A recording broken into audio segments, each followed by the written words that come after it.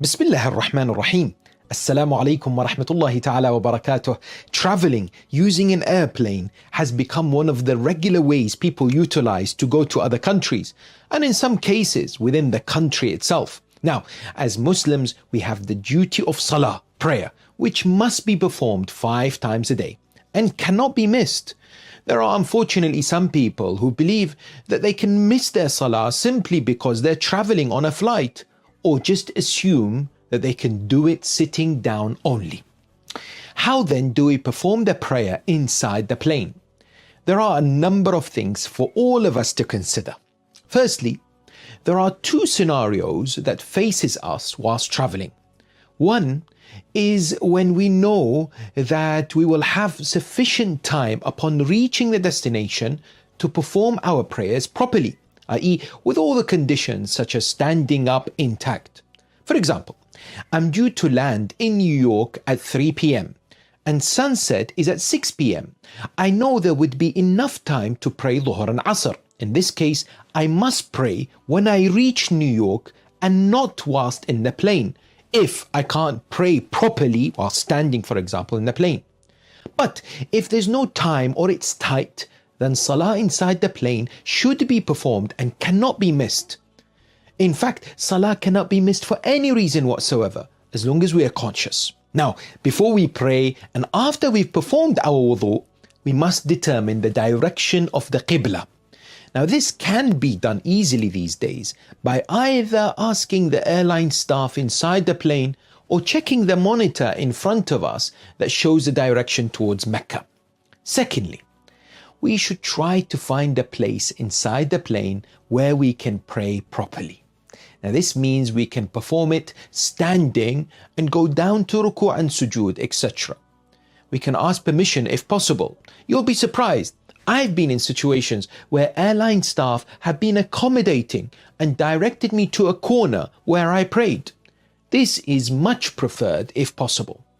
If not though, then we need to do as much of the wajib obligatory acts of salah as possible given our situation. So, if we can stand and pray, we should. For example, I might be sitting in my seat, but then I can stand up.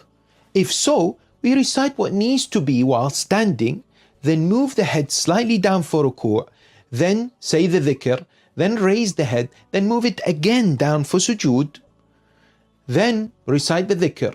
We can then sit down between the 2 sajdas and recite tashahhud while sitting in our seats. Remember too that this should be done facing the qibla.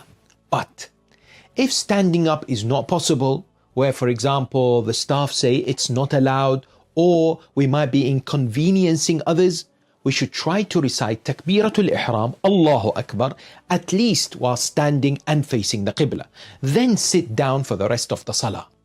If this is not possible, i.e. standing up at all, we can pray sitting and face the Qibla.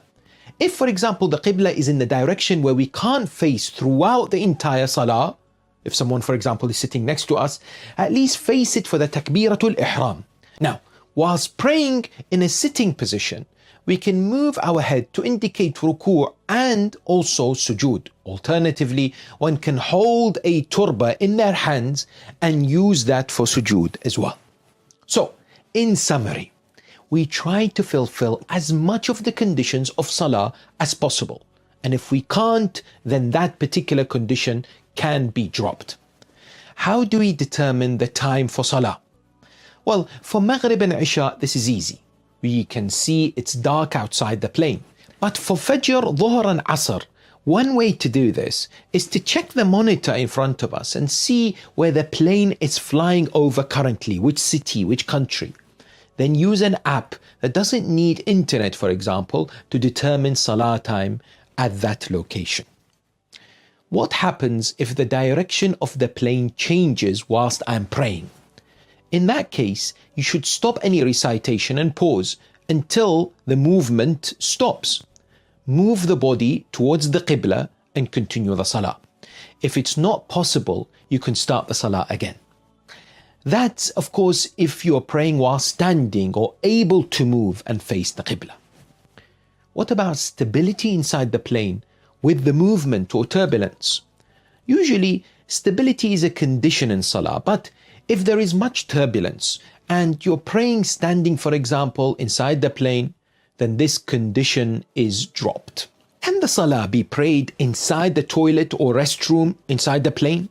Yes, it's allowed, although it's makruh, i.e. not recommended. If you do pray inside the toilet, just ensure that the area you do sajda prostration on is tahir, pure, and that you're also not inconveniencing others as well. What happens if you prayed Fajr inside the plane, as it was time for it, then you travel westward and reach the destination and it's not Fajr time there yet? Do we need to pray it again? The answer is no, as it's already been prayed for that day. This is the same for other situations as well, where you pray a certain salah for that day, then you reach the destination and the time for that salah has not reached yet. You don't need to do it again. Now remember, if you're not a frequent traveler, then Dhuhr and Asr as well as Isha must be performed as Qasr inside the plane once you pass the point outside your city. Now I've tried to cover as many areas as possible relating to traveling on a plane, but if you do have any other questions, please visit the Ask the Sheikh section on islamiced.org and submit your questions. May Allah bless your journey.